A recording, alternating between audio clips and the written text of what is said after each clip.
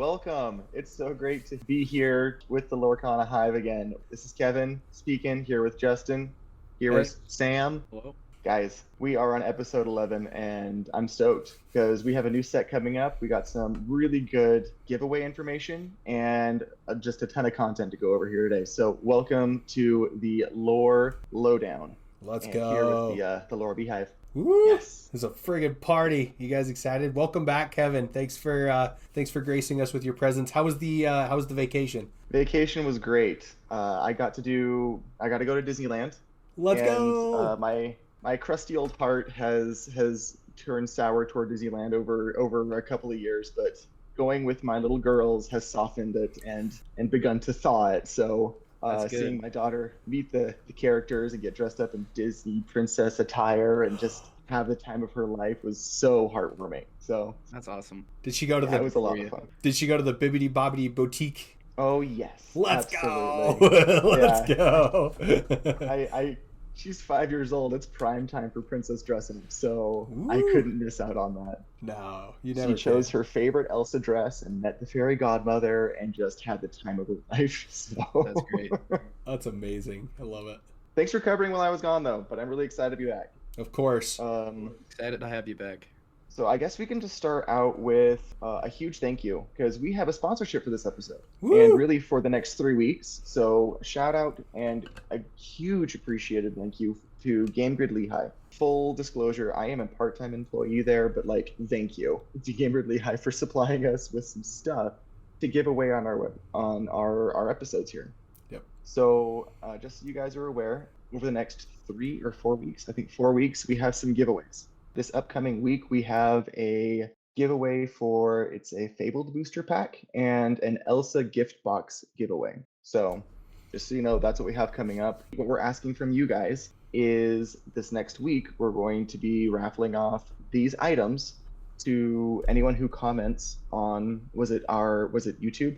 I apologize, Justin. Either any of our platforms. So we have YouTube, we have Spotify, we have Apple Music. So if you comment on any one of those platforms, doesn't matter what the comment is. I mean, we prefer it to be something intelligent, but one of the comments that I thought was great was just, hey, Tiggers were here. DJ dropped that on our Spotify from the last episode, which I thought was great. And so, throw a comment on there. If you do a comment and you haven't won one of our booster pack raffles yet, you will be entered automatically to win, and that's just ongoing. So if we ever have a comment from you, I'm keeping track of those, and we'll add names to them as new comments come in, but we'll do the raffle for the booster packs that way. And specifically with Apple Music, you have to leave a review. That's your method of leaving a comment. They don't have specific comment methods, but on Spotify, you can just do a comment. On YouTube, you can just do a comment. So go ahead and leave those comments there for the booster packs. And then Kevin, what do they have to do with their comment for the Elsa gift box giveaway though? For the Elsa gift box, what we want you guys to do, because we have our upcoming set of Winterspell, we want you to comment your favorite new card or new combo that you're looking forward to with the new set. We're hot into the middle of reveal season. We have a ton of new stuff that's coming out. People are cooking left and right, and I think there's a lot of fun new stuff coming up. And we'll be talking about that here today. So thank you for the clarification. And we really want to give this stuff away to you guys. So please comment, please get engaged in our community. We want you guys to have this stuff. Absolutely. And we want you guys to pull Enchanteds and post about it. So let's go. Yes, please. Yes. Post us pretty shiny pictures so we can put them up. It's super exciting to see that. And I mean, it's one of those things where I think Enchanted pulls don't get celebrated enough. I love to celebrate them whenever I hear about them. So I think it's absolutely, you can never be too excited for somebody when they pull an Enchanted. It's not possible. It's true. And on that point, actually, GameGrid Lehi does have Win-an-Enchanted events every single week, every Thursday. Let's go. And just so we all know, Justin here won like a degenerate this past week's event. Like a degenerate. I went in there with blue-green and I did some crazy things with blue-green. I did something that I didn't think was possible. So we're just lying on the podcast now. I thought you were a dogs player. I'm gonna play dogs at set champs, okay? I'm gonna play dogs at set champs. But my wife gave me a task last night, and my wife's task was come home with a freaking Jafar Enchanted. And so I said, Well, all I'm right. glad you brought it home. That's cool. I was like, blue-green best deck. I mean, technically I split the championship with Sean because there was a total of 3 undefeateds. And Sean and I decided rather than staying there for an hour, and I also don't know if Game Grid Lehi would have let us stay there for an hour, that we would have. I was like, rather than stay for an hour and play another game, we'll just split this up. And so it worked out that way, and it was a good showing though. I ended up having some crazy wins. I did my first 10-minute match with blue green, which I thought was not possible, or 10-minute game with blue green. Yeah. So that was crazy. Yep. That's awesome. Congratulations. Yeah, thank you. Thank you. Indeed. Yeah. But yes, lying on the podcast, just telling everybody, like, hey, if you see me, Nah, I'll I'm play just kidding about dogs. But no.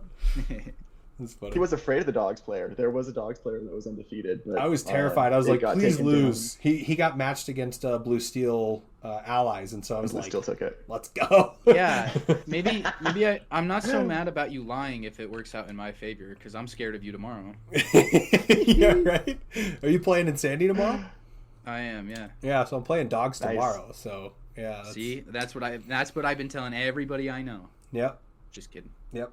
Just kidding. I'll be there with dogs I was tomorrow. I'm not switching over to blue green tomorrow. I'm gonna stay You're sticking in my with the lane. dogs, huh? Yeah, I'm gonna stay in my lane, man. I'm not gonna go Stay super in sweat. lane. Plus, I also I want my matches. I'm gonna channel my favorite. I'm gonna try to channel Kevin tomorrow. I want my matches to end in 20 minutes. That's go. what I'm shooting for.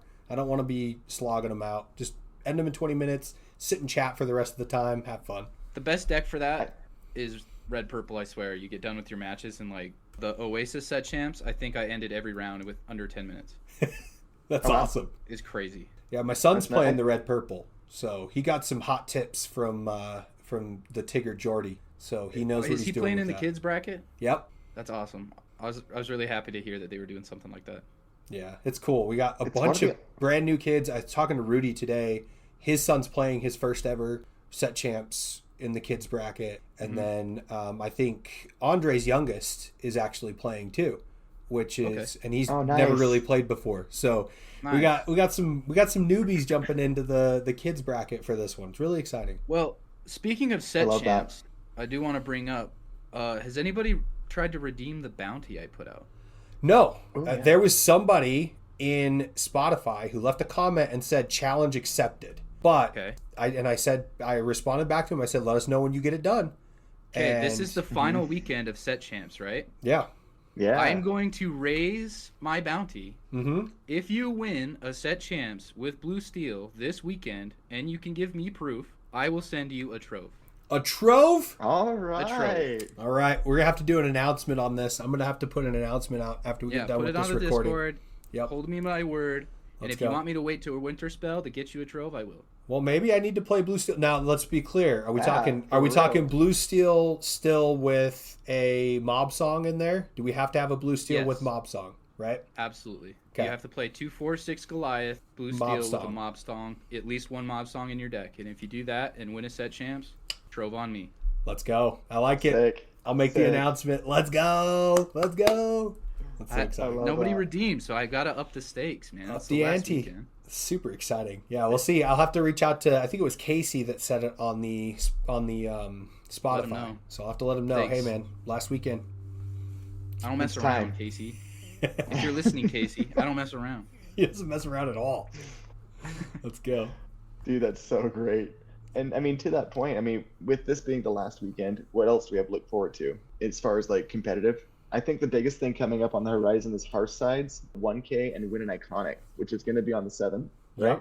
$7th, $30 And- entry. Andre is so excited. Yours truly will be lore guiding the way for everyone to have a great event. Woohoo! So I'll be there running the whole show. Andre's going to be doing nothing but kissing hands and shaking babies. I mean, shaking hands and kissing babies. So he's going to be there to be the owner of Hearthside and make sure everybody has a great event. And yeah, it's going to be awesome, man. I think this is really exciting for us in the Utah scene to step this thing up, get us to the next level, show how competitive we can be. I think it's going to be really cool. So I'll make sure that I post all of the deck list scores onto Ink Decks too, immediately following the tournament.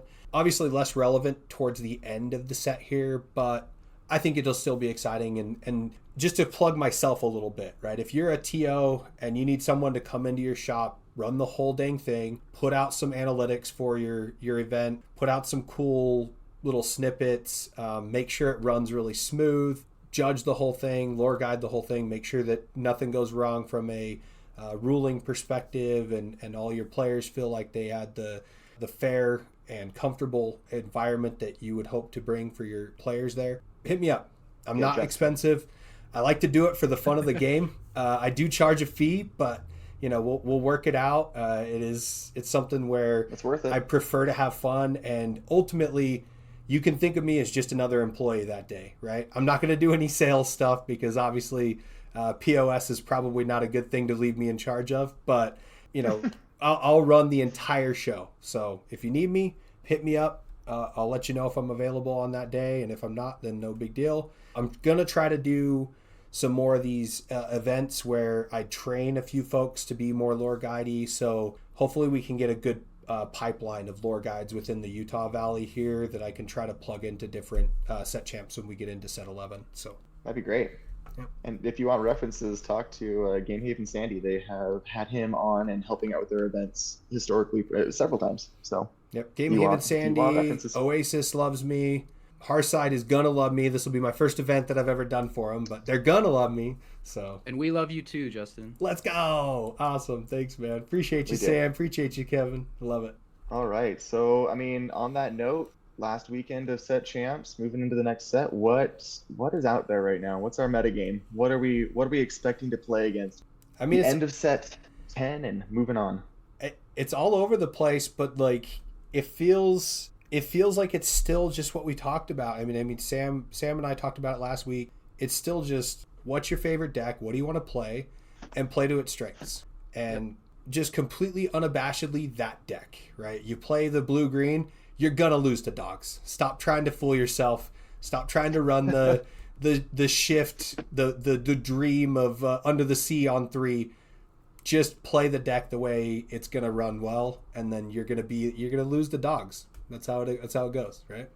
So I actually wanted to bring up a small anecdote to your comments earlier, because you said that Red Purple ran through your matches really quickly, and that Justin, you had finished in 10 minutes one of your games. Mm-hmm. I think we reversed roles, because I was playing some Princess Amber Steel last night against a Red Purple, and we went to time on game 2. That's crazy.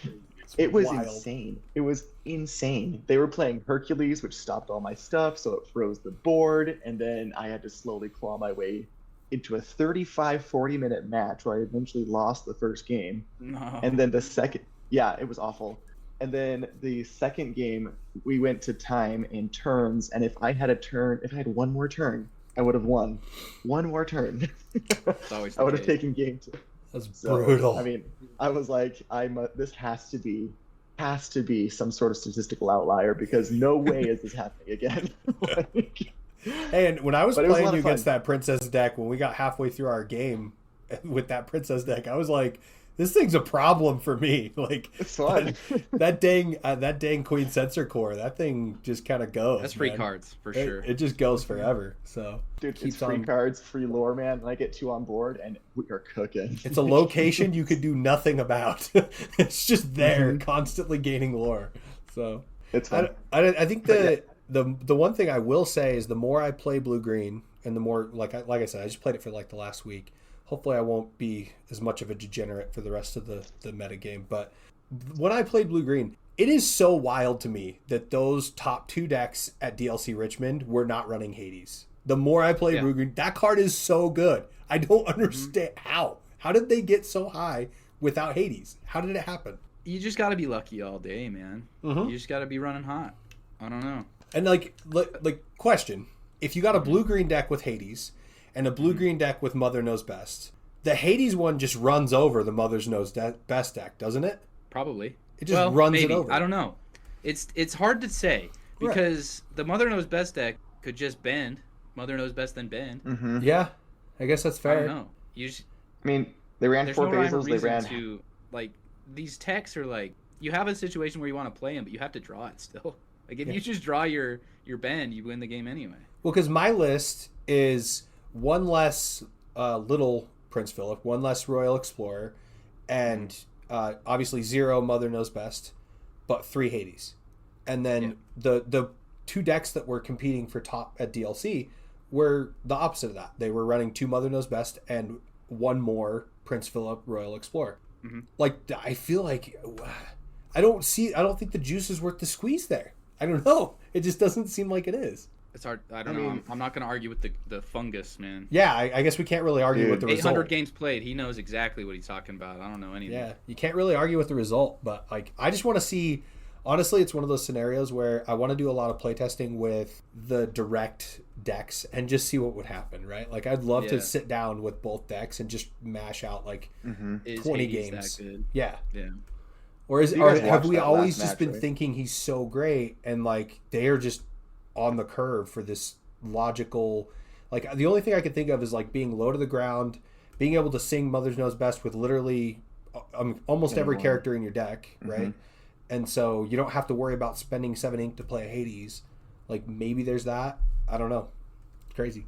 You guys watched that last match, right? Yeah. Mm-hmm. It was a wild match. It was Their crazy. power swings in that match were so fun to witness. So kudos to them. They did a fantastic job. But I would love to sit down and interview them and be like, hey, you know what? Explain how. How did you guys both get on this version? I think that's the part that I'm like really like, how did they both get on that version? Well, They had a one after card playing difference, the deck, right? I played the deck last week at Set Champs, and the conclusion I came to is I don't understand why they wanted to play 4 of the Long John Silver rather than 4 of the Basil. Are they? Did they switch that up? I thought that they were playing. So they were playing 3 of the 7-drop Basil that bounces the hand, right? But 4 Oh, okay. John Silver, right? Mhm. And that was interesting to me because I often wanted more Basil and less of John Silver. Let's see. Yeah, I went 3 John Silver, 4 Basil on my list. So you're saying they went 4 John Silver and 3 Basil? Yeah, that was what Fungus won with. Yeah, I mean, I think that was really interesting choice. I think John Silver what- is just a better card at stopping your opponent because I literally won a game yesterday because of John Silver. Like without I think him, it's I don't more that win. it just comes out on 6. I think it's more of a curve thing. Well, it comes I out think at it's 6, like and it's a if you hit the constant. Cinderella. It's a constant just- like stop them too, though. So like if Yeah. they're trying to quest heavy, and try to put pressure on, you're able to keep questing, but also stop them. And there's not a lot of cards that are going to be able to deal with the 5/5 and live. So they're either going That to tempo trade. swing as soon as you drop Basil is crazy. It is crazy. The Basil tempo swing, and then oh my god, I had a game last night where Basil was the MVP because I drop him, quested with him the next turn that I had him, and I got rid of. I can't remember what I got rid of that turn. I want to say I got rid of like a card draw something. I think it might have been a Junior Woodchuck guidebook or something. And then the next turn I quested with it, they had Prince Philip Royal Explorer on the board, 6 ink, and in hand, Malicious, Mean, and Scary, and Prince Philip Vanquisher of Foes. Quested with Basil, hit MMS. Dude, that was crazy. Crazy that I got that. I was like, all right, well, I guess I'm just lucking. I'm just getting luck wins tonight, so I'll take them, man. That's disgusting. Everyone wants to have that happen to him, and no one wants to have it happen to him. Yeah, that was nuts. But I don't know, man. I think the metagame is really fun. I'd still just blue-green best deck, man. It is such a crazy good deck. I love it so much. When it's working, it's really tough to beat. Yeah. I picked it up and I'm like, this is my playstyle. Unfortunately, like as I started playing it, I was like, this is exactly what I want to play right now. Like my wife's been playing it all set, and I'm like, I love it so much. So why? You shouldn't say unfortunately. I'm glad you found it. Like, yeah. Some people still look for their play style. Some people don't know what it is yet. Well, I say unfortunately because it's one of those things where I'm kind of known as a pretty slow player. So when when I get a deck that's like big like this, it's like, all right, I'm probably gonna go to turns a lot. So I mean, that is the stereotype, right? Is the Yeah. blue-green players go to time every round. yeah, so I mean that's the challenge. Is like I Like, used to the play stereotype Ruby with our Am. group is like these blue-green players just think for 5 minutes just to combo you. Like, what are you thinking about? Just play your cards. Yeah, just play your dang Play it. combo out, man. Like Yeah. you know that's the only thing you were gonna do. What are you gonna hold But on then to you it? play the deck and you're like, I'm that guy. I just thought for 5 minutes. My The worst best one. play is the combo. My worst one is I was playing against Mike Bartlett, and he's like, what the heck are you looking for right now? Because I played like 2 visions, and then I played a develop, and he's like, I just want to know what you're trying to find right now. And I was like, dude, I need the combo pieces in my hand so that I can stop you, because you're in a like scary spot. So, but yeah, it was I funny. did play at my last set champs on Saturday. I played against a really cool deck. I don't know if you guys have seen this one going around. It's yellow blue like Simba boost deck. Bro, crazy, It's No, I haven't. crazy. crazy. So deck. like they just play a bunch of detectives with the Judy Hopps engine, right? But the detectives ramp you all the time. So you have like the Donald Duck and the Mickey Mouse that just ramp you. They play a Ludwig on 2 to like rip stuff out of your hand. Yep. Best card, I was playing honestly. blue green. That game was crazy. Mhm. Like we went back and forth constantly. I get rid of his Simba, or not get rid of. Sorry, it's not Mufasa. He does his Simba, boosts it with 10 ink, right? Yeah. And he Yes. flips over a Hades. I was like, You're like, what is happening? what's going on? Who's this? Well, and then if they don't have a Hades, then they've got World's Greatest Criminal Mind to just murder your Clarabelle right away. Yeah. And you're like, So what every is time happening? I played a Clarabelle or a Prince Philip, they were dead the next turn 100% of the time. Yeah. That game was a grinder. I ended up eking it out because I think blue green just like the warded character. Yeah. It just wins you the matchup. But it was super cool to see something like that because Yeah. I was like, man, if we just had like 2 more months to cook on this set, I bet the meta would look so much different. I think so too. Actually- I think it would change a ton. I'm so impressed with this set. Oh my I gosh. really am. Like, I'm not. A lot of people are just comparing this set to last set, where it is a leagues better. No one, at least I shouldn't say no one. That's a huge generalization. Last set's metagame was very unfavored in the eyes of many. Yeah. But this set is so fun. like, That's I our think that sentiment there's too. tribals. I think that it's so diverse. I think there's people that have cooked stuff out of the woodworks and that no one's expecting, and it is hot. Like, they do good with it. Mm-hmm. This So, set is I don't really know, man. fun to play, really hard to prepare for. Like big tournaments in this set, I can understand Impossible. if you hate it. Yeah. But you gotta admit, like every deck is super fun. Yeah. Like the It's game is fun. so fun to play, but it is so hard right now. This might be the hardest set we've had ever. It's terrifying to play because, especially in bigger tournaments. I think when you go to like smaller tournaments, like last night, you know that you know I wouldn't say Game Grid Lehi's small. Actually, it ends up being like 12, 15 players every single Thursday. But like going to that last night, it was like, all right, I walk in the room and I'm looking around at the players and I'm like, I'm pretty sure most of these people are on aggro. And I was I was a little bit concerned, but then as time went on, I was like, oh, actually, we're a little bit more diverse and you can do some interesting stuff with it. So it was a more comfortable position to be in last night. I think there was less aggro representation than I thought, but like when you go to a bigger event that has 20, 30, 100 people, it's like, man, that room is just full of diversity. Like the highest represented deck is only going to be maybe 20% is the highest. And then beyond that, you're just dropping from there. You're going down to 15%, 10%, 6%. Like you have these like lower representations and you're like, all right, cool. I'm going to be fine as long as I don't run into this deck. But then that ends up being the deck you run into. Or you have like 2 or 3 decks that you're unfavored against and you're like, cool, I could be all right if I don't run into these 2 or 3 decks, and you run into those 2 or 3 decks. So it's very Worst is interesting. when you build a deck for like that 20% margin, right? And you hit 0 the whole day. Yeah, that's the Of other course, thing is you're like, naturally. oh, I'm going to build this deck Yeah. and I'm going to hit nothing but AM Steel all day. But then you don't hit. Like last night, I was Not like, one. not a single AM Steel last night. I'm like, all right, well, I guess I'm going to just lose. But then I ended up winning. So it worked out. But, Yeah. Right. I mean, I was playing against Christmas colors last night and a red purple boost, and I was like, what am I facing? It was so much fun. See, that's when this meta is like the best, is when you're playing locally and people are cooking with all sorts of stuff, and you play against the yellow blue deck at your set champs. You're like, that was crazy. Love that came. But then when you go to like the DLCs, it becomes so much harder. It wasn't a feeling of frustration after DLC Richmond. It was more like, dang, this game is hard. This is probably the most like we've had to prepare. We all were underprepared. Like, what do? You just got to chalk it up to, oh, that sucked. Yep. That was that tough situation that you thought you had. Yeah.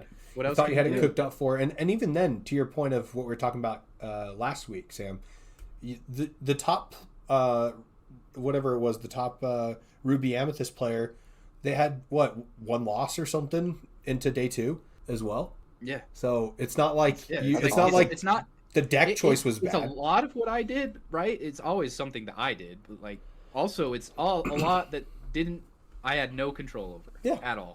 It's just luck. Like, and if I just hit 2 more dog players, then my day's so different, I don't know. I think it's one of those things that I ran into with playing blue-green, and I think why I like blue-green the most is it's very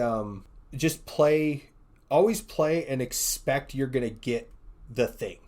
Always expect you're going to get the MMS combo. Always expect you're going to get the card you need in the moment, because the minute you try to get cute and play a little bit more strategically around, well, I'm going to work with what's in my hand, you kind of get locked into a corner, and then you're just stuck there, and you have to kind of keep playing that out, versus being like, I'm going to play like I'm going to draw that card.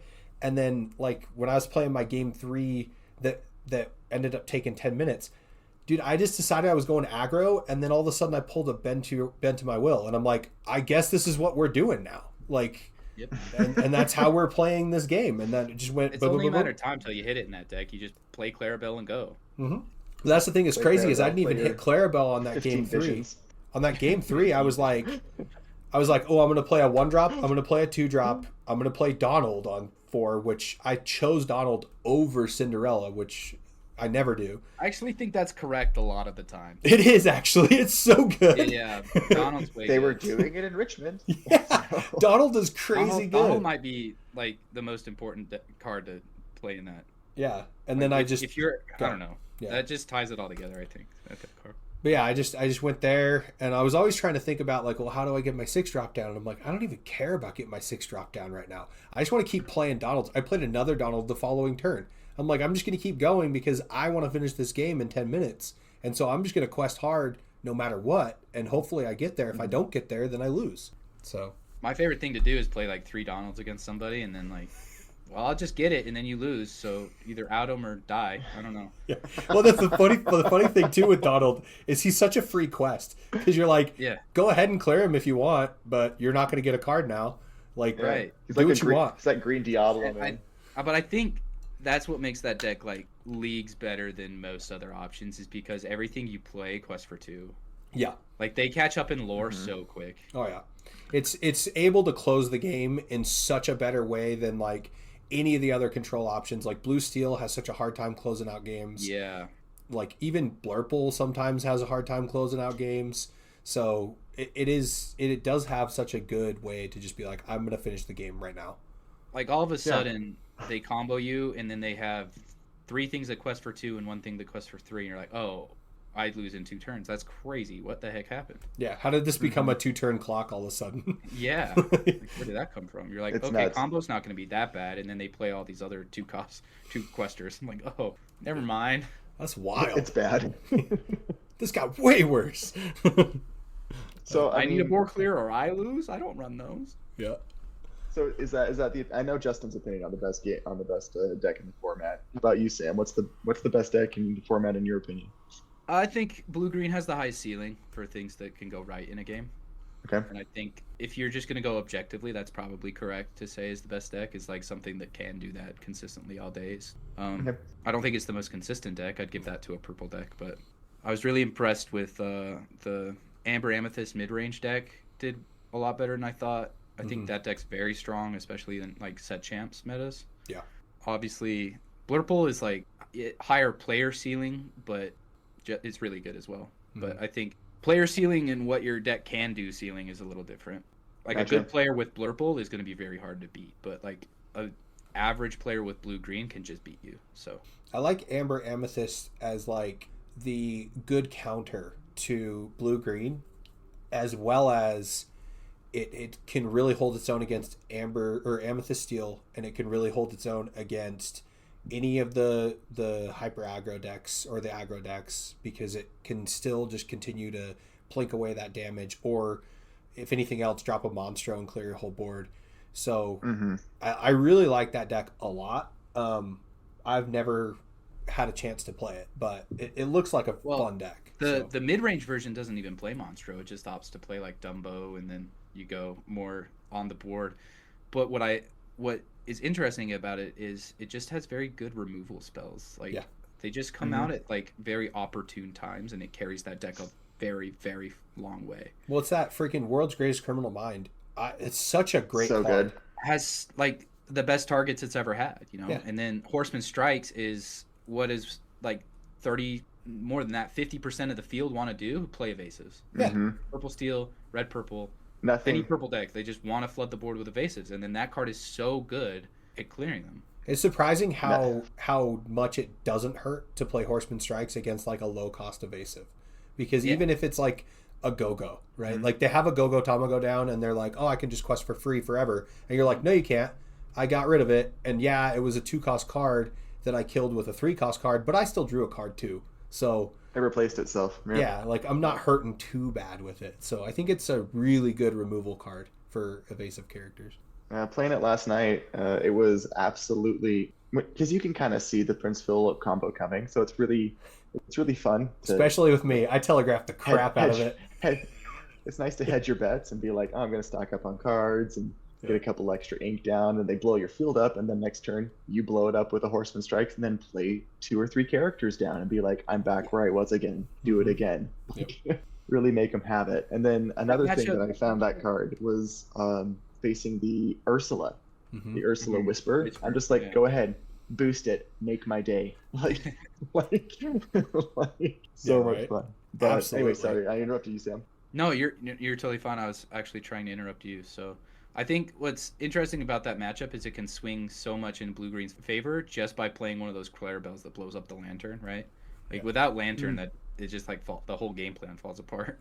Yeah, it's very dependent on its ramp, right? Obviously, ramp has to happen. So, but like it does surprisingly well in the blue-green because you can run Mowgli. Like you just start ripping cards out of the hand, and then you have very good answers to the Prince Philip that hits the board. Yep. No, that Mowgli is such a strong card. The more I see him played, the more he's just really, really beneficial to be able to play him out and grab not only a song, but just any non-character card. And it's a tough choice every time when I have to deal with a Mowgli. So I was playing against Jordy. Shout out Jordy at the set champs. I was playing blue-green. He was playing the mid-range deck. And game 1 in our match, he Mowgli's me, and then rips. I had drawn 3 MMS, right? Yeah. He Mowgli's me. I ink 1 with Tipo, thinking, okay.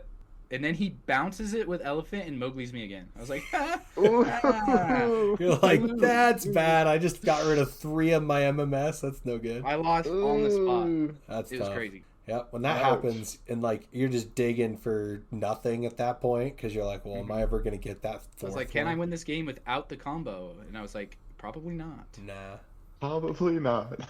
Where's my aggro cards? I swear I put them in here somewhere. Oh, sorry, I brought the wrong deck. Let me switch over real quick. I got a sideboard. All right, let me sideboard real fast. My cursed merfolk, where are they? Oops, I dropped it. That's funny. Okay, so I mean, we kind of talked about what is going to be happening for this set, for this set championships, and you guys we've all seen the decks before. I really hope that everyone out there is having a great time for this last week. Yep. Tell us about your spicy matches that you run into. This is absolutely the time to play some spice you've been cooking up. Play your green steel. My favorite deck I saw at the DLC was when I was at the bottom tables. People were playing the green steel like Chromacon deck. It was so cool. Yep. Loved that. Loved watching that deck pop off, like the fishing pole, the bounce in the docks, and Yes. gaining lore. I was like, "Whoa, this is crazy." I had somebody claiming that their green steel list was just terrorizing the ladder, and I was like, "All right, do you, my guy? Like, Let's see it happen. Let's see it happen. I do think that deck can do way better at a set chance than a DLC. So, yeah. If you've got it cooking, please play it. Yep, it's exciting. Have some fun. Did you have a best deck, Kevin? Did you have a best deck that you're on right now? I feel like I haven't played enough to determine best deck, but my favorite deck so far has been this Amber Steel Princess mid-range deck that I've been running, and it's just a joy. Every time I'm slapping down Tianas and full-cost aerials and boosting and singing songs, I just have I have thrown every single steel removal song I possibly can into this deck, and I'm just saying, this is set 1 and set 2 steel song deck, and I just get to remove things by singing, and it's just so much fun. That's awesome.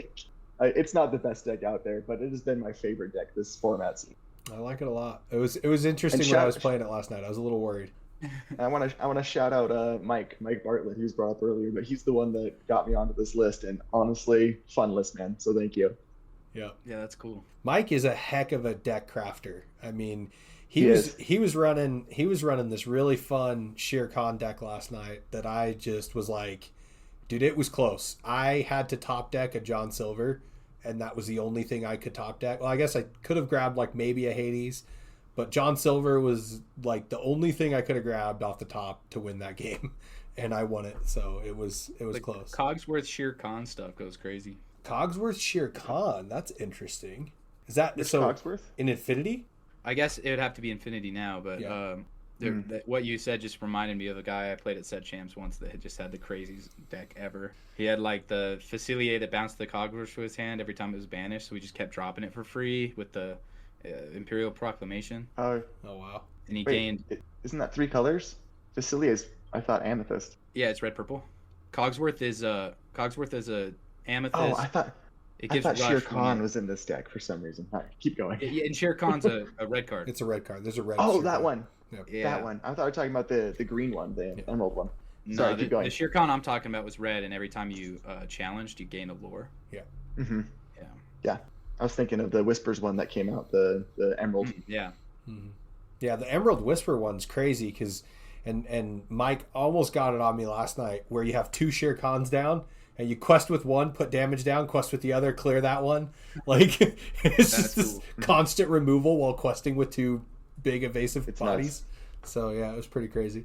Had to do some nifty things to win that game. I was like, he's like, don't worry, this is just a homebrew deck. You'll be fine against me. And I was like, it was close. He was like 19, or I think it was like 17 lore, and I was like, I had to eke out the win. It was tough. And at the end of the game, you're like, I knew I had it the whole time. I was like, I knew it the whole time. It's no big deal. It was not luck at all. It was not me just popping a John Silver off the top of the deck. That wasn't the win at all. So, yeah, I name dropped you, Sam, after that. I was like, hey, it's one of those situations where, like, if they've got it, like, what are you supposed to do? Like, if they top deck the right card, you get to watch your opponent have fun for a second. Yeah, I mean, like, that's the end. You did it. Yep. So awesome. Well, yeah, I mean, I think the metagames really. I mean that kind of segues into the next like item that we'd want to talk about here, which was, I guess, the way I'm classifying it is like gamers fatigue, or I guess metagame fatigue. And like, I know last set, at least for me, I hit like metagame fatigue before DLC Milwaukee. So I think, and I don't know how many other people felt the same way, but like by the time DLC Milwaukee came around, I almost like just didn't want to play the game at that point. And looking at this current set, and I know you were saying earlier, Kevin, like this current set, we keep comparing it to just the previous set, when in reality this is probably the best metagame we've had for, I don't know, a year now. But it's so easy to make that stark comparison between these two, because Fabled was just so bad. It was just so bad. And this is just so much better. Right? And so for me right now, I'm always looking to play. Like I'm okay to play tomorrow. Hey, let's meet up, let's play some games. So I don't know. What do you guys think? Do you think we're at gamers fatigue or metagame fatigue level, or how do we feel about this current metagame? I will say that this is the most excited I've been to play in a set champs at the end of the season ever. Probably ever. maybe since like set 2 or 3, right? Where I was like just eager to play all the time. In the last for the last couple sets, I think this is the most like I don't know what to play tomorrow. That's a separate conversation, right? We can talk about that all day long if you guys want. I am open to suggestions. But I do want to go tomorrow and play like 100%. Like I'm always playing tomorrow. Yep. And I haven't felt that way in a long time. But in set 9, I didn't want to play set champs. No. I think that was the thing that was funny because I thought during set 9 there was going to be just hundreds of people at every set champs because of that Maleficent monstrous dragon and the mat and everything. But it really was that like nobody was there. Sorry. I played one. Kevin, like what are you thinking about this metagame? How do you feel about it right now? I mean, I kind of echoing what Sam said. As far as set champs, I have tried to be at every single one, that's since they started. As far as my favorite one, just if we're looking at statistics of how many I've attended, it was probably the very first one with Stitch. I farmed that one as much as I could, and it's decreased since then. I did like I probably hit every single weekend on the Stitch one, and then it's been decreasing since then. But really, I haven't wanted to be at a set champ more than this season. My schedule and busy life has kept me from attending as many as I've wanted, but that's aside the point. If I had the opportunity, I would have been probably for all 4 weeks, just because it's fun to play. And that's aside from I don't even like the set champ card. Like, I don't like Daisy Duck. That's the thing that's crazy. The same thing. Like this isn't even a good promo. No, the promo's horrible. I've been to every set champs I can possibly go to. Yeah, like, I wanted to go to the Stitch one because I wanted the promo. I love that promo. It's my favorite promo I've earned. Right. This one has been fun. I want to go because I want to play the game. I actually think this might be the first season I've ever gone on a Saturday and a Sunday to a set champs. Ever. Wow, that's so cool. Nice work. No, I think back to back. I think I agree with both of you guys. Like, I am always looking to play right now. Like, and the thing that's funny is I have cycled through every single deck almost. Right. Like I played Kiwi Birds, because I didn't think I was going to ever be able to afford a second Cinderella deck, and so I played Kiwi Birds. Kind of liked it. Wasn't the best performing deck because every time I ran against Amsteel, I started wanting to cry. I played Dogs because I was like, well, that's the next best deck that's pretty cheap, and I loved playing it. And I found out how much I loved blue-green while I was playing Dogs because I was like, how the heck is this control deck still beating me?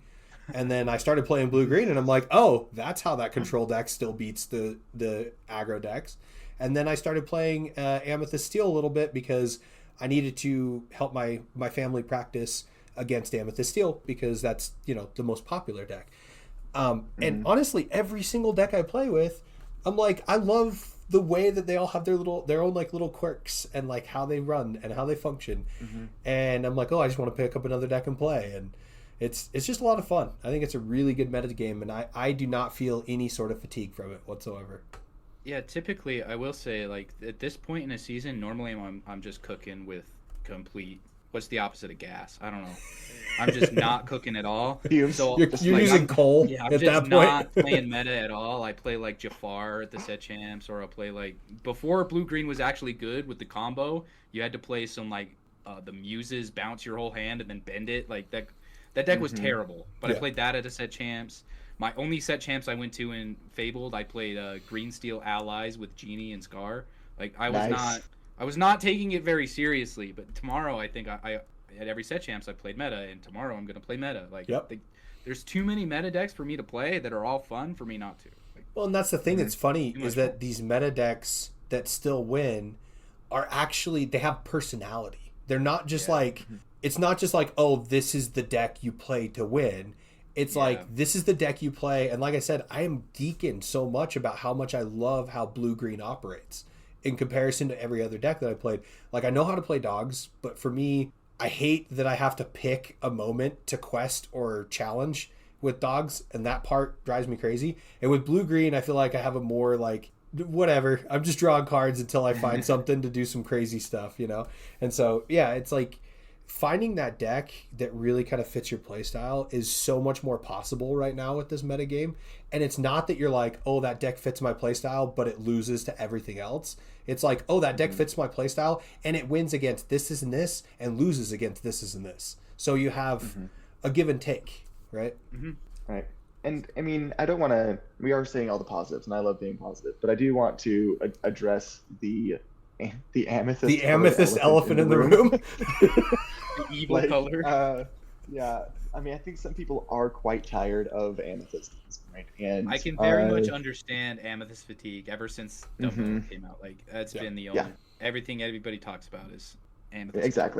Exactly. And so my heart goes out to all the players out there that are sick of facing purple across the table and feeling that they have to be locked into playing purple to get the most consistent decks. Yes, I think there's some adjustments that need to be made with this upcoming sets to make sure that consistency is shared throughout the other colors, in the form of card draw specifically. Well, spoiler alert, it doesn't look like that happened for set 11 yet. So... There's a couple, okay? There's a couple. Dude, purple needed help, okay? Purple needed help. Yeah, purple wasn't good enough. Trust. It didn't win the DLC, Justin. The theory is this. Didn't win Richmond. The theory is this. They are flooding purple with so many good cards that they're making the choices impossible for the purple players.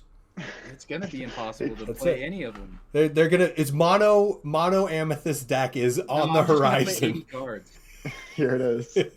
Mono amethyst deck that's 72 cards and has just a couple of Hades in there as their. Its only weakness is mill. Yeah. Watch, they're gonna print an amethyst card that lets you shuffle your discard back into your. Yeah. It's gonna be like a Chernobog. All together.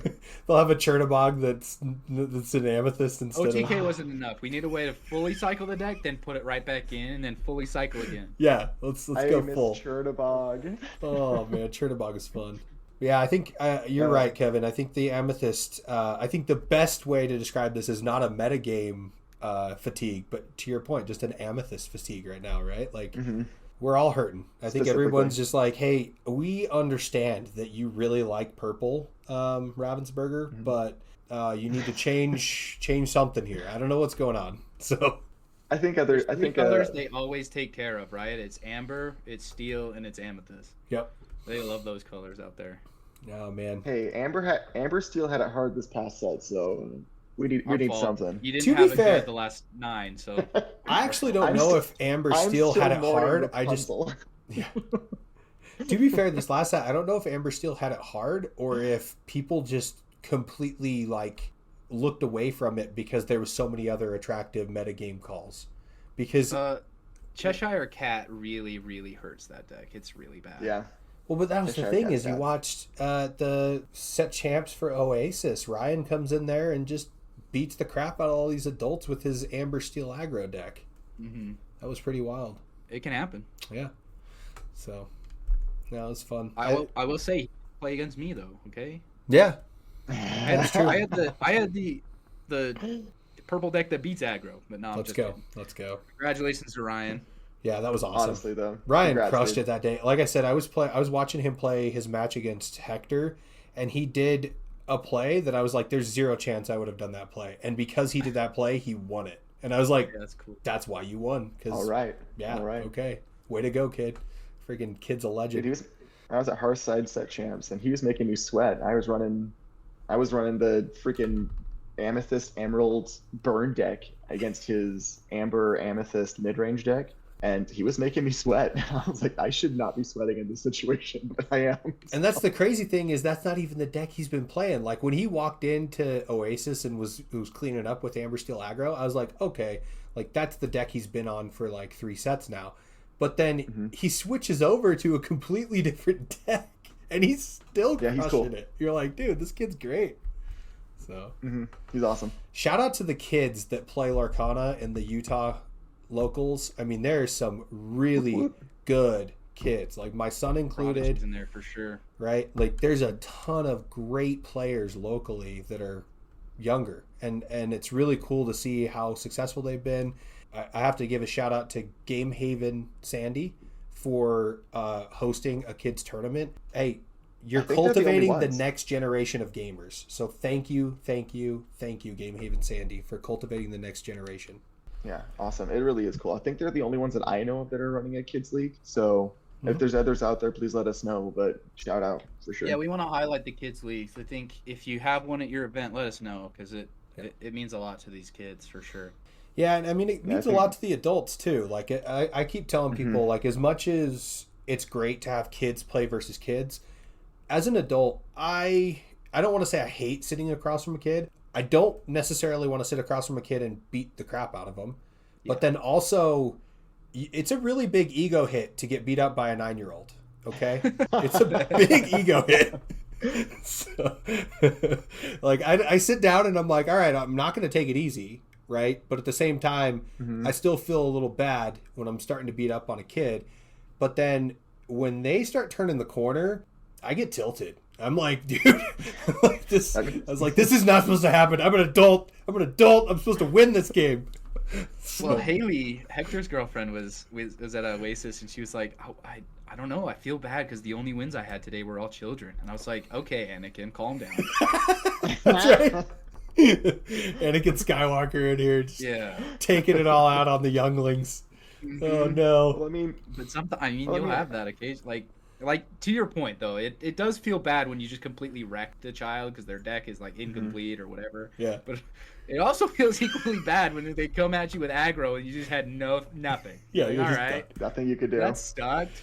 Yeah. I couldn't have fun either way here. But yeah. So I mean, separating that out, right? Giving the kids a place to play, and then also having the adults be able to play together there. It is such a great dynamic because you show up there. Hey, I want to play. Great. Here's your tournament. My son also wants to play, or my daughter also wants to play. Great. There's their tournament. And also for parents, it is the best feeling in the world because there's nothing worse than going to a set champs with my son and then getting paired against him in round 1. This is like the worst feeling ever. So I think the longer Ravensburger goes on, I think they do well to send some extra promos for kids and put them in their own thing. Like Pokemon used to do this. I thought it was really cool. They'd have the Juniors League. So there was an in between Juniors and they called it Masters. There was an in between, and those guys played with the Masters, which was fine. They were like the 10-year-olds to something. Yeah, I don't know. I can't remember the ages, but they could also play with the Juniors too. And the Juniors, like 4 or 5 of them would show up, so they're like guaranteed whatever the prize is, which is cool for them because they get to play, have fun, play against each other. Like some of them are result oriented, but a lot of them aren't. They just want to play the game, you know. So I think they should they should send a mat. Yeah. Maybe like, I don't know, even a different mat. That'd be cool too. Something. Yeah, you could do something that's like kid specific, right? Yeah, I mean, there's always like 2 or 3 at a set champ, right? I feel like what they should do. Most of the value. I am in no way. This is just an idea off the top of my head, but I am in no way sponsored. We are not sponsored by this creator. But you ever seen the Lorcaba or whoever it is? The one that does like the silly doodle characters of the yeah, like they're not like real characters, but they need to get that person to make a kids championship match. Yeah, just get them to do the art for like 1 mat and then like 1 mat per OP kit or something. I think that would be awesome. Yeah. Yep. And I guarantee the adults will want that mat more than the kids. I mean, we're talking like this would be an easy thing for them. Like, but surely it can't be like too much money to like one little thing. No, I mean, right now, as a Utah community, we have found a way to make a safe place for kids to play. Ooh. You know, in spite of what's happening, in spite of what's available currently. So that's something that cannot be overstated. But ultimately, to your point, Sam, like Ravensburger, if you're listening, obviously we're so important that you are. Come on, let's figure this out. Let's start getting some mats together. Let's get some extra OP kits together. Let's do something so that we can. I thought that like the crafts and coloring station at the DLC was a huge step forward. Like let's just keep that running into set champs. What? Let's get some. At DLC Richmond they had a whole section. They had like the stream was on that they were live streaming the top 8 matches or just top tables, right? So they had a TV there and then like 8 or 9 tables, and in the middle of the tables was like crayons, coloring books, puzzles, random packs of commons, like just stuff to do, like just to keep them busy. Like when you're sitting around, it was great for parents, it was great for kids, it was great for like anybody who wanted a break. Like if you just dropped out of the tournament, you just got your Mulan, you wanted like up. Like I saw people over there coloring. Yeah, like adults coloring cute pictures in there. Like well, and then that just wanted to eat lunch and just hang out. Like it was great. Great space. Well, and then they also had the collector quest over there, and so the collector quest, as everybody was ripping packs, they were just leaving bulk everywhere, and so it's like you could just go and grab some bulk and do like your own silly pack rush and like we were worried about the promo cards that were like pringled, so I went over there and found like 4 great illuminaries for Taylor in case he needed them. Like it was just a cool little area. I think like going forward, I'd love to see more stuff like that. And especially at the local level too. Like if you could just send some resources for like setting it up for kids, I think it goes a long way. Well, and they also had like a sensory room too, that they had open. If you went upstairs directly from the event, there was a sensory room up there that I think also had a viewing area in it, and it was like away from all the chaos of the. So like if you had kids who had sensory issues, you could be like, hey, we're gonna go upstairs. You're gonna be able to build a puzzle while I watch the match, and you know, as the parent who's currently got parent duty, you're not stuck. And like the other thing that was funny is the DLC Richmond, we saw there was at least 2 babies during the Friday event, and like that's crazy. I think there was like 3 babies on Saturday that were just like with their parent at the table, and I was like, we need to have like a baby race for a box. Like, can we? I went over to Meg, the TO, and I was like, hey, do you have an extra box? Can we do like a baby race for a box? Because I think that all these gamers would lose their absolute minds watching babies race for a box. So as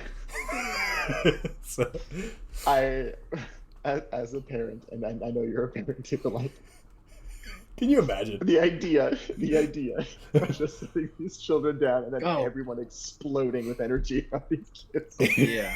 That's too much. It is a lot. It would be great though. I'd love it to death. I'd love it to death. Shoot.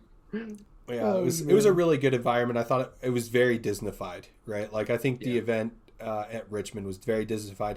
It has me very excited for Indianapolis, but I am also cautiously excited for Indianapolis because I am terrified of the Infinity format. So well, I think it was one step forward in like Ravensburger and Lorcana showing their like identity, right? Because the last thing you want to do is like show up and just be another card game, right? There's so many. Like if you just keep that energy the entire time, you're gonna fail, right? You have enough. Like Disney surely has enough money to pump as much resources into this game as they need, like to keep it afloat. But if you really want to establish like your game, this is a great step forward for that. Like you had puzzles that were all sorts of Disney like apparel, right? There was like Dumbo, there was I don't know, stuff I couldn't even like imagine. It wasn't Lorcana, it was Ravensburger like donating some puzzles, right? They're the puzzle company first. But I think the more like you incorporate Disney and like you say Disneyfy the like the space, I think it lends to your card game being what it is. And I think more people will appreciate that in the long run. I think the ultimate solution and the ultimate thing, back to Ravensburger. Hey, Ravensburger, because you're listening to our podcast. Marketing opportunities from a apparel perspective. We want a Disney Spirit jersey that says Lorcana on the back. If you make it, we will buy. So like, can you imagine like the Disneyland Spirit jerseys? They just say Disneyland on the back. It's like huge lettering. What if they had that said Lorcana on the back? Yeah. That would be sold out in seconds. It would be sold out so colors, quick. Right? Yeah. Could you imagine like you get an emerald one, an amber one? Yeah. You do all 6 colors, people would buy all 6 of them. And I mean, like, I think they sell for like what, $60. And also, you could write that check to Justin. Yes, Smith. Justin Smith. Yes, Judge Justin. Actually, I go by Lore Guide Smith now. Okay. I figured Lore Guide Smith. If you'd like to send a check to me and Kevin just for being here too. Yeah, we can. Be great. Thank you. Absolutely. They're also part of the creative process, so you have to also include them in any sort of compensation for such a thing. So, actually, if you just send me one jersey, we'll call it. Dude, yeah, we'll call it fair. Dude. So if we're talking jerseys and new apparel, what if we just ditch the set champs mats and just do jerseys? Could you imagine showing up to your next set champs wearing a set champs jersey from the previous season? Mind blown. Kevin off the top rope with like the best idea ever. Holy crap. So good. One of my favorite like card game awards ever was Yu-Gi-Oh had an event called the UDS, and the reward for getting first place in that was literally like the WWE belt. That would be so cool. Like it was all out, like a belt that you wore that said champion on it. Shoot. Craziest reward I've ever seen for a card game. But no greater flex to be like, yeah, well, I have the champion's belt. Do you have it? I'm the heavyweight champion of the world. Come Let's on. go, baby. Let's go. That's awesome. Yeah, I think that's amazing. The one thing that is really tough is like it feels like, you know, as Disney adult, as a current Disney adult, I will say that Disney adults will spend countless dollars on apparel items, and it feels like Ravensburger, if they needed to bolster any sort of like revenue stream whatsoever, that is the easiest strategy. However, and even then, it doesn't have to be like Disney, right? And I think that's where a lot of the resistance to using Disney's items in apparel comes in, because if you start throwing Disney stuff on there, then Disney's lawyers have to look at it before you release it. But if you're just using your Lorcana stuff, then all of a sudden it becomes a lot easier. And so I will tell you, as a current Disney adult that plays Disney Lorcana, if you put a jersey that says Lorcana on the back, I will buy it. I think you guys will buy it, right? Like, come on, Ravensburger, let's do this like thing. Sparkles are not trademarked to Disney here. You don't have to put like Mickey Mouse sparkles. You can just put some. Yep. But the ink symbols. Yep. Yeah, ink symbols. Find man. your ways That's all you around. need. Find your ways around that, and then do like annual drops that have Disney stuff on it. That way you can let their lawyers do their thing for however long you want, right? Like, or just reserve that for like your DLCs. Because I mean, I'm trying to remember. I'm remembering back to the season 1 DLCs with the hats, and with the shirts and with everything.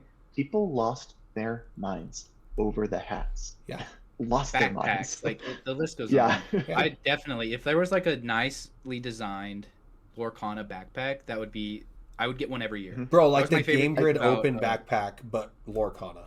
And I can't like go Pokemon to would do this reward where they would like release like a Herschel bag, like a pretty nice bag, and it would have it was Pokemon related. It had printings. That was like my favorite. Sure. I didn't even play Pokemon at the time, and I still wanted the bag. Yeah. right. And I mean, every time I watch the lore casts, there's always people on there being like, "What are those mugs? Look at that beanie. Look at that apparel that they have. I want that." Like every single time, every time. Yeah.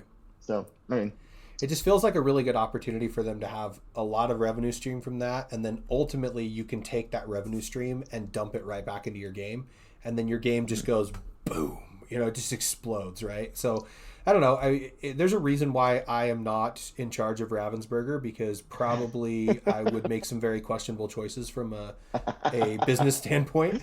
But I think this is one of those Your like short-term easy wins. losses would look real weird, but your long-term gains, I don't know if they'd be patient enough for. No, they would not be patient enough. In 5 years, you could be like, "I told you so." Yeah, right. They'd be like, "But we really need to impress But we the lost stakeholders right now." $20,000 at the DLC, Justin. You gave away $20,000 worth of product, but the players were so happy. look at that. Best feedback we've ever had at a DLC. They had no problems with how long it was between rounds.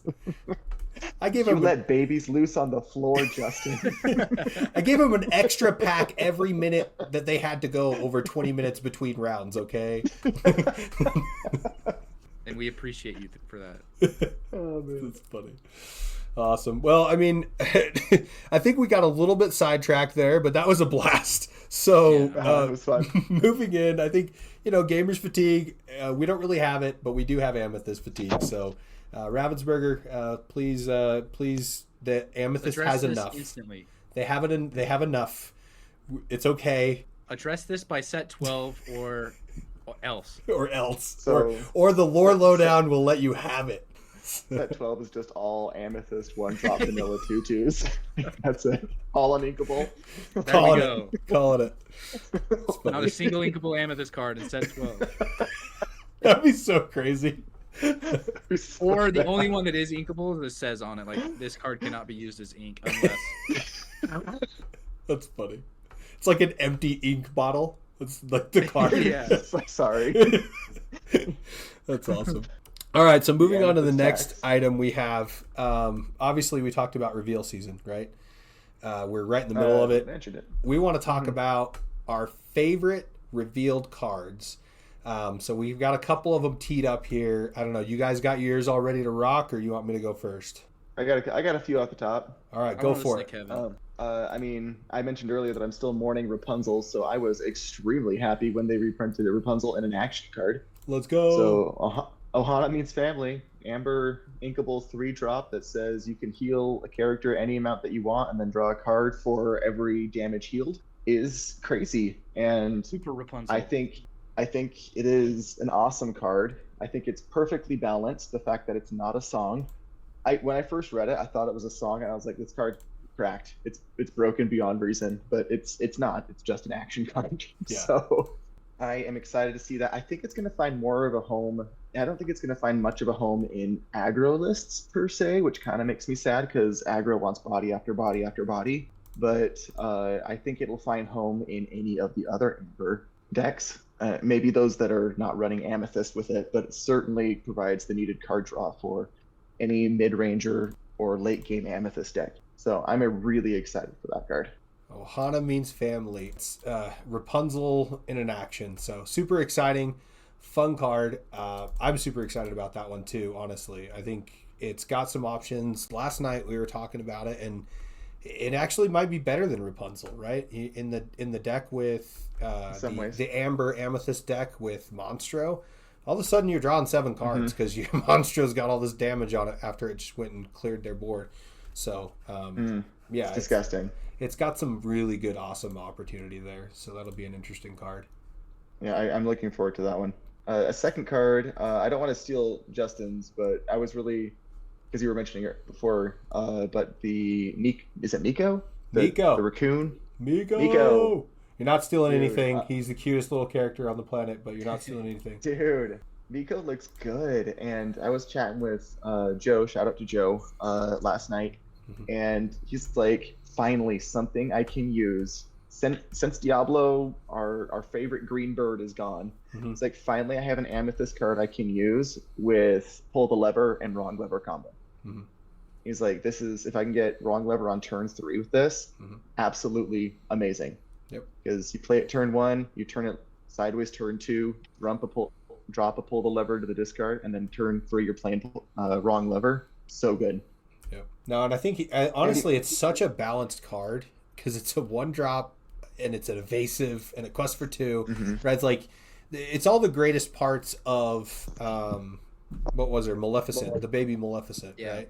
But with none of the unbalanced portions of it, right?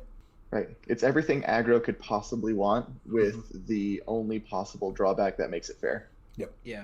I think most of the time, like if you're thinking about an aggro perspective, like the cost is too steep. Yeah. But I think that's what makes it like such an interesting card is because the aggro decks are kind of probably going to avoid it. But these like combo decks that can like utilize the discard for like its game plan is going to have the best card in their deck. Yeah, it almost becomes kind of a good card to play with like a Circle of Life deck, right? Where you can potentially cast away one of your big bodies that needs to be into the discard anyways, and then you got a character that can quest for 2, and it doesn't mean you have to discard every turn. It's just if you don't discard, then he gets banished. So, I mean, you're still going to get 2 more out of it. That's how it works, right? If you don't have a card in hand to discard, he gets banished, right? Yeah. Either you discard or he gets banished. That's what I thought. 2 situations. Okay. So yeah, if you're empty and you're like, oh, I'm just going to quest, like, no, he gets banished because you haven't discarded. You still have to pay that cost. So yeah, it's a nice way to get some early pressure while also like if you need the discard. Also, can we just talk about how like the artwork is the cutest dang artwork ever? Like he's stealing all the bread. Give him all the bread. Give him all the little crackers or cookies or whatever he's eating there. I'm so happy because I would feed him all the things. Feed him.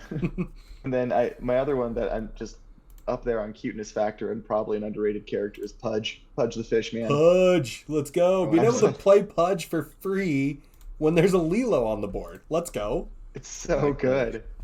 Because aggro loves that. loves that so much because they love bodies. Aggro Yeah. Steel specifically. We want bodies on the board, and Lilo recurs itself. So you play Lilo at the start of the turn, play Pudge for free, do whatever you Rockstar need to do. Stitch, Rockstar Stitch, Rockstar Stitch. Yeah, I need to pick up a copy of Rockstar Stitch before they reprint him because he's currently at a price that is stomachable. So, Mm-hmm. Oh, you're the set champs one? Yeah. Yeah. So yeah, that's great Q factor ones, and I love that we have a good theme here with you, Kevin, of kind of some of these like aggro and also just It's what I play. Yeah, it's a good theme for you there. So good cards there. Sam, do you have any you want to tee up for us at all? Yeah, I got a couple that I find pretty interesting, at least right now. One of them is also Amber. It's that song that I'm not going to try to pronounce the name of because I'm going to butcher it crazy style. But it's the Amudi or whatever. The angel. The angel song. Yeah, the angel song.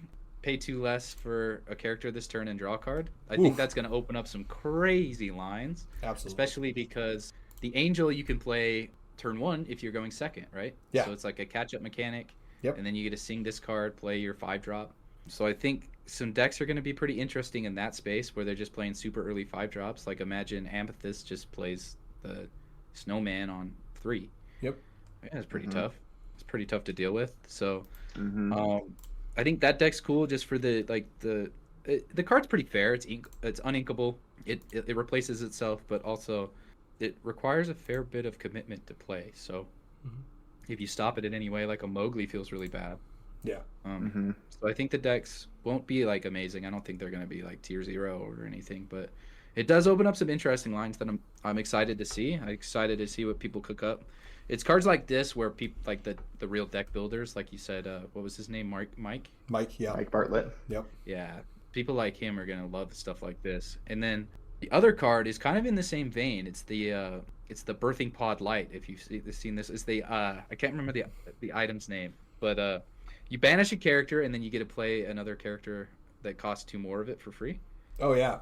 Oh yeah, the gun, whatever it is, the blaster or whatever. Yeah, I think cards like that, it's in the same vein as the song, but it opens up some crazy, like, this is how combo decks start. Is cards like this get released, and then a card like this in the future gets released, and then now all of a sudden you have this crazy deck that's like summoning their crazy Surfer Stitch on the board on like 5 or something. I don't know. Right. But I like it's a green card, right? Yeah, it's a green card. Yeah. I think you pay 1 and then you banish a character, and then you can play a card that costs up to 2 more than that banished character for free. Yeah, it's the Retro Evolution device. That's right. That one. Yeah, yes. Retro Evolution device. And it exert it, pay 1 ink, banish chosen character of yours, plays a character with cost up to 2 more than the banished character for free. So I saw this card and I was like, how can I break this card? Like, I think there's very limited cards in Lorcana right now, and I don't even know if they're in for that ready items. The only one I can think of is that Audrey Ramirez. That's like a 5-cost blue that on quest can ready items. So I was like, all right. How can I just like spam my way to some like crazy big character? I mean, because just keep on going up by 2 every single one, right? Yeah, right, exactly. They need to print a card that's like costs 15 and it's uninkable, and if you play it, you like it's like basically winning the game. Like it does 9 damage, it quests for draws 10. you 9 cards, and it quests for 5 or something. Yeah. Like Magic the Gathering has cards like that are just terrible because like they cost 1 of each color or something. But like in Lorcana, the best you can do is like make it cost 1 million and then have it make it do a link or something. Yeah, like I don't know. No, I think there's something. Some people were talking about the Mickey Mouse from Fabled that costs 5 to shift but 3 to play normally. So you could then play that, right? You banish a 3 cost. You can then shift the Mickey for free at that point because it costs 5 to shift him.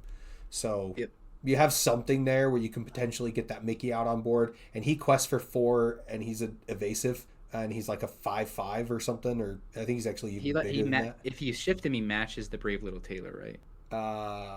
If you like shift a 5/5 that quest for 4. I don't know. Evasive. Does he really match Brave Little Taylor? That I think it was like he doesn't. Oh, he does quest for 4 because if he has the cards under him. Yeah, then I'm he pretty gets, sure like, he just becomes Brave Little Taylor if you shift. Like that's what that's like how I categorize that card in my brain. Yeah, let's check Brave Little Taylor because I don't remember. Brave Little Taylor was he's a 5/5 quest for 7 4. cost? Evasive. Yeah, he does. He becomes. You're right. Oh my gosh, how did I never notice that? That he just becomes Brave Little Taylor. He is the Brave Little Taylor at that point. Yeah, he just turns into Brave Little Taylor. It makes sense why they call him Brave Little Prince then, because Mm-hmm. So I don't know if either of these cards are going to be good, but I really like that they exist. Yeah. Mm-hmm. No, it's good. It's good How to about you, have some Justin? deck building stuff. Okay, so I'm gonna stick with my cuteness thing, and also stick with Pocahontas because for some reason, I love Pocahontas characters, and like I think it's because I'm a huge animal lover. But Percy the Pupsicle, oh my gosh, Yeah. So he's amazing. He can't challenge, but he quests for 3, and he's a 1/4 that comes down with an inkable 3 cost. So, I mean, I don't think he's going to be like, this is not going to break the meta, right? And it is one of those things where he can't challenge, so you can't use him with that action that lets you draw cards, really, unless somebody decides to park 3 damage on him, which... spoiler alert, we're going to start getting back into people having to play around the Rapunzel. Yeah, get baited into Rapunzel. Yeah, don't get baited again, right? Like, people are going to have to start playing around that again because with that action card and also with it only costing 3, I mean, that really adds some tough lines to worry about, right? I mean, Lawrence is on his way back. He's going to be here. Don't worry about it. I wonder if it just makes the Amber Amethyst mid-range deck just better, right? Yeah. Mm-hmm. Yeah, it definitely does because you just draw more cards, right? Like, yeah, I think it honestly brings everything off with Cat. You just get you can draw cards instead of playing the guidebook. I'm not sure. It just brings all of the Amber decks kind of back into relevance because, like, the biggest one that I think will be really helpful for is the Amber Sapphire because Amber Sapphire suffers from draw so badly. It does. Everything that's got green has Clarabelle. So you're not really too worried about it there, but like Amber Sapphire and like even then Amber Amethyst, right? There's lots of card draw there already, so it's like, do you pick the Amethyst or do you pick the Amber? I don't know. Yeah. So, but yeah, I think Amber Sapphire this kind of solves that problem for them quite a bit. But yeah, back to Percy. We're still talking about the Rapunzel card, but Percy. Back to Percy. I mean, just you go watch Pocahontas if you haven't done it recently, because Percy and Miko steal the show the entire time, and every time they're on screen, they're the funnest characters on the screen. So go back and watch it. Love Percy to death, though. Quest for 3, 1/4, and the artwork's amazing. The other ones that I want to talk about, and I'm going to talk about these are the 2 that have been announced so far, but these are the underdog cards. So the cards that have this underdog mechanic. We already mentioned the Angel, that you can pay 1 to play on your first turn if you're going second. And then we also have White Rabbit, which is an evasive character that's a 2/2, quest for 1, and same mechanic, where if it's your first turn and you're not the first player, you pay 1 less ink to play this character. So 2/2 evasive on 1 is pretty scary. That's pretty nuts, right? Like, being able to play something else like that, I mean, you think about how strong Pegasus is right now. Yeah. And he is easily outed with Malicious, Mean, and Scary. He's easily outed with, whatever. Plink a single damage on him, he's done. But this, I mean, it's a little bit more difficult to drop 2 damage, and it also just feels bad to have to drop 2 damage on something like that. So, and coming out on 1, he's going to quest for at least 2 turns before you can really get too much out of him. So, great card. Also really pairs well, and this is where I wanted to talk about the dogs, or the underdog here. I think underdog plugs into dogs really well, because you're saying, hey, dog's biggest weakness right now is on the draw. Biggest weakness is on the draw. So if I have something that's going to give me a catch-up mechanic on the draw, why not play it, right? And it in both of these cards, the Angel and the White Rabbit, are inkable. So if I'm on the play, they go in my inkwell. If I'm on the draw, then hey, I can go ahead and drop it down. And that Angel is just amazingly beautiful, because you play her down on your turn 1 there. She sings for 3. She's a singer 3. So it synergizes well with Under the Sea plays, because if you can then play a lady next turn, and then the following turn you're shifting big lady, now you're singing Under the Sea on 3 with your dogs deck, like that's crazy. So I think Welcome there's some back, Cindy. Yeah, I mean this is really exciting to see this underdog mechanic, and I'm really excited to see how many more they print. And I'm also curious if they're always going to be a 2-cost card that is just 1 ink less when you're on the draw. So very interesting. But first thing on everybody's mind was, how can we make dogs better? That was the first thing. It's true. Let's make dogs just completely destroy Blurple now, like, because I mean there's been scenarios where I've almost beat Blurple on the draw quite a bit, and so now this kind of just adds to that. I wonder how far they take the underdog mechanic. Whether they start, like, if it's your first turn, you get to draw more cards, or like you get to ink cards, or who knows. Yeah, I mean, right now this feels really balanced, at least. Yeah. Right? It feels fairly balanced, because if you go, like, if it was like one of those things where you could do it all the time, then it becomes very challenging. But you're saying you have to have this card on your first turn, but you could at least have 8 of them already in the dogs deck. So yeah, that's pretty cool. That's pretty good. I mean, dogs into Blurple's 60-40 split was too close. It's way not too close. Exactly. Yeah, that's We need to see that getting down to like 70-30. Well, I mean, they keep adding purple cards, so I'm sure we'll get to it eventually. That purple card. I'm wondering how much this marshmallow card actually impacts everything, because like, I can't decide yet whether that's like absurdly broken or just completely fair. It feels a little slow, to be fair. Marshmallow into Demona? Marshmallow into Demona is scary. That is a scary combo for sure. That's not great. I am going to Demona you, exert all your characters, and then I'm going to quest for 2, and you can only ready one of your characters next turn. One. Just one of them. Awful. That's craziness. So, and it's not going to be either your really Demona. Good or far too slow. I can't tell which yet. Yeah. The last one I wanted to bring up that I thought was really cool, and shout out to my wife, because she kind of she had a pretty awesome reaction to it right when she saw it. But it's the John Smith card that is the bodyguard that must be targeted with actions as well. So it's the super bodyguard. It's the epic bodyguard to rule all bodyguards. It says you must put all of your damage here. But yeah, I think that's a really fun card. It's a 5-cost uninkable, so I mean it's interesting, but I mean it's really cool. It's a 3/6, got a lot of really good. I really beefiness. Like the effect. Yeah, I mean your opponents must choose this character for actions and abilities if able. So you can't even get around it with like a Cheshire cat. Like you have to use there. So that's pretty crazy. I think the effect is super interesting, but I don't think it's going to fit well into the current meta just because of how slow it is. Like uninkable on like 5 is like huge. Mm-hmm. And it doesn't it's not on any like sort of important swing turn either. So I think it's really interesting, and I really like the design philosophy around it, but I think it's too early for that card to be good. You know what it makes me want to combo it with? That old Floodborn Steel Beast. Yeah, dude. The one that takes all the damage. Yeah. Just redirects the damage. That's funny. Yeah, you have to attack. You're never killing this. John Smith, but then it just goes all the beast. And then they Hades it, and you're sad. No.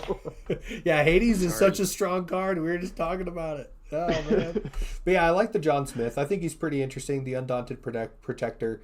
I also like the artwork on this one as well. You can see the Winterspell in the background, which is really fun. Yeah. But yeah, I think so far those are the ones that I wanted to highlight as like my favorite cards that have been announced up to this point. I think it's gonna be a really good set. Honestly, I'm excited for it. I like all the want cards to see. reading, so I hope. I hope it adds some flavor. Do you guys have any predictions on what it does to the meta? My indicator here was the Elsa Enchanted that got kind of leaked early, but the Ice Artisan. I think we're going to see Ruby Amethyst locations, and I think it's going to actually be relevant. So you think it's going to be good enough to play? I think you could so. Win your set champs with it. I think you could win a DLC with it. I think it's going to be that good that you're going to be able to play a location deck and win DLC. The reason why is because they've been teeing up Ruby locations since last set, and since this current set. That's Whispers. with Sleepy Hollow specifically. And shout outs to Omar loves the Omar. Sleepy Hollow. Omar. Shout out to Omar talking about Sleepy Hollow, man. I'm telling you right now, we're going to see some Sleepy Hollow action. We're going to see some Elsa action. We're going to see some Jack action. We're going to have a ton of locations in the deck. We're going to play out Jack. We're going to pull things off the top. Jack doesn't come out till 12. Oh, he's not 12? He's 12? Yeah. No, my bad. Okay, so then that's next set anyways. But Your still, plan is destroyed. my plan's over. I think Fool. they are teeing up set 12 to be the location set. Yeah. Like of all location sets. Mm-hmm. Like all of the cards we see now like are Vine related, right? Like the Elsa stuff is all Vine related, and then that set 12 is like the Vine set. Mm-hmm. So I'm thinking that locations really pop off then, but I'd really, really like to believe that you're right, and that this Ruby Amethyst location deck is A, super fun to play because I want to play it. Sounds awesome. And then B, good enough to play like super competitively. Yeah, and I think it's going to be something where you're just going to dump these big old locations, because you start thinking about even the graveyard of Christmas Future, right? Where that one is a Ruby location, and it's got 8 willpower, and it costs 4 to play. Whenever you move a character here, put the top card of your deck under this location face down. At the start of your turn, you may put all cards from under this location into your hand. If you do, banish this location. So, like, I feel like there's scenarios here where we're trying to create a lot of fun location synergies, and that's where that Elsa comes in, because while you have this character, or when you play this character, and whenever you play a location, you may exert chosen character with 3 or less, and while this character is at a location, she gains 3 lore as well. And then there's also, I believe, another Elsa that lets you play locations for cheaper as well, if I recall correctly. Yeah, the Ruby. Yeah, and it's a Ruby one. Yeah. That's what I'm saying. Like, I feel like that's it, and I feel like it has to be Amethyst, because Library's an Amethyst, and Library's you got next Fairy best Ship, location, which is pretty good. Yep, Fairy Ship's amazing. And so I think you got something here that's going to be able to be brewed, but the question is, how fast can it be? I mean, even if we want to go off of the Frozen Vine card that they teased as well, the 3 cost, 1 to move, 4 health with 2 lore pips that recurs as long as there's a character there when it's banished. Like, that's a recurring 2 lore threat every turn, which is annoying. Yeah.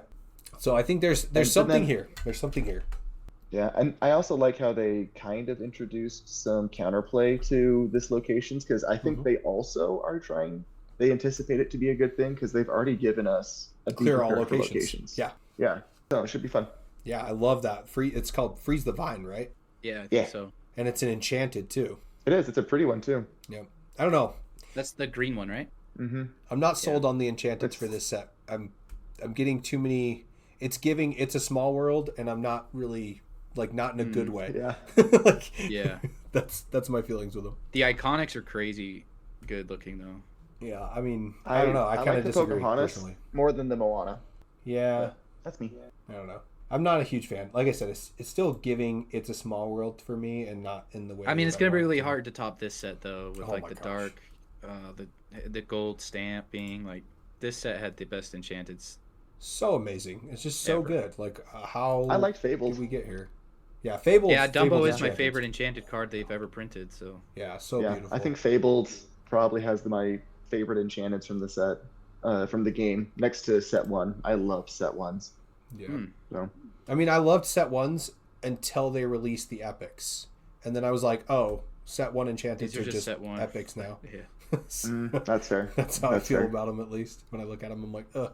Like I just picked up a couple of enchanteds, like the Enchanted Sisu and Enchanted Diablo, and I was like, oh, these are basically epics, but like it's the same thing but With better art. Yeah, the art's definitely great. I'm a big fan of all of the art there, but There we go, my friends. I think we hit all of our topics. absolutely, I think we crushed it. We went through everything that we were hoping to go through. Is there anything else anybody wants to mention? Or I guess I gave my way too early projection of locations. What do you guys think about way too early projections of what the metagame is going to shape out to be? My early thought is decks that are already good get better. Mhm. There might be 1 or 2 decks that pop up, but I think for the most part, like what you see now is just going to have tech options that are better. Yeah. That's my initial prediction. I don't know. Mhm. This is me like you said, way too early to tell. But that is my initial thought. I really want to see Boost take off, and I think they've given Boost the tools needed to in this Donald Duck card. The double Boost with the what's the John card? Robin Hood John, whatever his name is. Oh yeah, Prince John or Little John. It's not Little John. I'm like, it's not Little Prince John. It's the other John. Little John. Now we have John Smith. There's too many Johns. Too many Johns around here. Not to mention, we keep mixing up Little John with Baloo because it's the same voice actor. Yeah, like, voice actor's the same. I really hope it gives that green purple list something to do. Yeah, that's what they need. Something to do. Honestly. Yeah, so something that's not Brainiac-y, right? A little bit more straightforward. Because it can't compete. Like, it lost all of its aggro tools to compete in the aggro space, and then it lost kind of its main min-rage stuff too. Like, you don't have a good way to activate the levers, so you just kind of lose on board presence. So giving them something to do in the mid game, I think, would really help those colors. So green, purple, love. And like I was saying, the next the final legendary from Ruby is going to be Sisu. Calling it. Boo. Right now. It's going to be big Sisu. Sisu Empowered Sibling reprint. You heard it here first. I have no wager proof. A pack on that? Yeah, I can wager a pack on that. I can wager a pack with you on that one. I will wager you a Winterspell pack that Sisu... Not me. This is our audience. Oh, I have to wager a pack to the audience? Yeah. So you have to gift one pack if you're wrong. I have to gift one pack. I will gift a Winterspell pack. If I am wrong and I've misled my audience, then I will gift a Winterspell pack if Sisu Empowered Sibling is not the last Ruby legendary. Love that. Deal. I can't wait till this episode releases on Monday and it's already been announced that it's the different card. Yeah. I can't wait for them to reprint it as a super rare and then you're still wrong. That would be the best. Well, technically, I'll forgive the pack if they reprint it as a super rare. But if it's not in the set, you got to dish up. You got to dish it out. All right, cool. I'm good with that. That's not a problem for me. I like that. I mean, they gave us back Let It Go, so I mean, there's hope. That's what I'm saying. Like, I saw the Let It Go come down. About that. Let's go. You didn't ask me what my favorite reprint is, but that's it. Oh man, yeah. We didn't ask about favorite reprints, but love the art on Let It Go. Reprints. That's my favorite reprint that has ever happened. Yeah, I mean, Let It Go is such a good card. Well, Let It Go, healthy card. Strike a Good Match is pretty. Like, both of the artworks on these new reprints are amazing. By the way, shout out to Kendall Hale who did Strike a Good Match. Yep, big shout outs. By the way, Ravensburger, this is how you do reprints in the future. Let's not do what we did in Fabled and reprint the exact same artwork. Let's reprint with new artwork, and then we won't be up in arms about opening packs with cards we already have in them. So Correct. The thing is, the previous set to Fabled, they did a reprint with new art, and then they just and then they did Fabled. I'm telling you right now, I feel like Fabled was like this moment where they were like, we have to do this, and they just shoehorned it in, because then it pushed Whispers in the Well down far enough to where the release of it comes out after Halloween, and then it pushes Winterspell long enough that the release comes out after Christmas, and we have all these Christmas cards. And I'm like, I feel like they just shoehorned Fabled into here because they were like, we got to do it. So they got to take advice from Magic the Gathering and do it more like the modern Master sets, where they don't take up any like release structure and they reprint a bunch of stuff. You know. What do you mean by that? Like, how does that function? They just like it's usually a set that just has like probably the same amount of Fabled like of reprints and then like a few new cards, but it doesn't take up like a release spot. Huh. So they just released like the set like it's maybe every other year. It's not ever. I don't think it's every year, but it's maybe once like a block. Okay. And it just reprints like really good cards, or not really good cards, but really interesting cards we haven't seen in a while. I don't know. Yeah. It just kind of brings them to it gets back into the format, right? But the main point is that it doesn't affect the release structure, so that you could keep your release schedule and then still have this set on the side that like flushes the meta with some cards from the past. And the thing is, we see them doing that in the Japanese with area. the promo packs and everything. With the promo packs, they're doing it there. So, dude, Japanese That's release... all I'm saying. I'm not saying they have to do it exactly like this, but there are ways to combat the fatigue and the like you said, opening a pack with 8 of the cards you've seen are like, well, this sucks. Yeah, it's no fun. That was painful. But no, I think, and to the point of what you mentioned with the Japanese releases, the players in Japan are living their best possible Lorcana life right now. They're so happy. It is in the there. greatest place. Like, they get all the great stuff, man. Get on Japanese Twitter. It's like the most positive and uplifting like Lorcana space right now, because they're all just opening packs and pulling like Dumbo Enchanteds and Iconics, and they just love it. Dude, Nick Delascave locally, he got a box of Arcasia's Island, and just his rips were beautiful. They were magical. I mean, he got the Enchanted Mulan out of there. He got a Tamatoa, like I think it was a foil Tamatoa too. Like, and like how many boxes did we rip Arcasia's Island trying to hit Tamatoas, man? Like, what's that? Like, that never happened. It was the one box that we saw that had. Oh no, that was the double Dumbo box for the Fabled at CCQ Denver. That's crazy. Awesome. Those don't exist. Yeah, that. Well, no, you saw it or at the CCQ in Denver. That was crazy. Slander. Hearsay. Justin's over here with more crazy statements like Sisu's being reprinted. Let's take you to bed, Grandpa. Yeah, clearly I need to get some sleep, man. I'm the old dude over here. I gotta get ready for my set champs tomorrow. That's why we had to record at night. Oh shoot! Awesome, guys. Yeah, it's gonna be fun. I'm excited. Yeah. No, I think we've got ourselves through the excitement part. I think we're halfway through reveal season, and here we go, man. It's time to play. Mm-hmm. I'm ready. That's right. Alrighty, guys. Well, thanks everybody for joining us again for another episode of Lore Lowdown. We got a little bit off track this episode, but heck, I think it was a lot of fun. What do you guys think? We had a lot of fun this one. I agree. Great times. All right, well, sayonara. See you guys next week. Adios.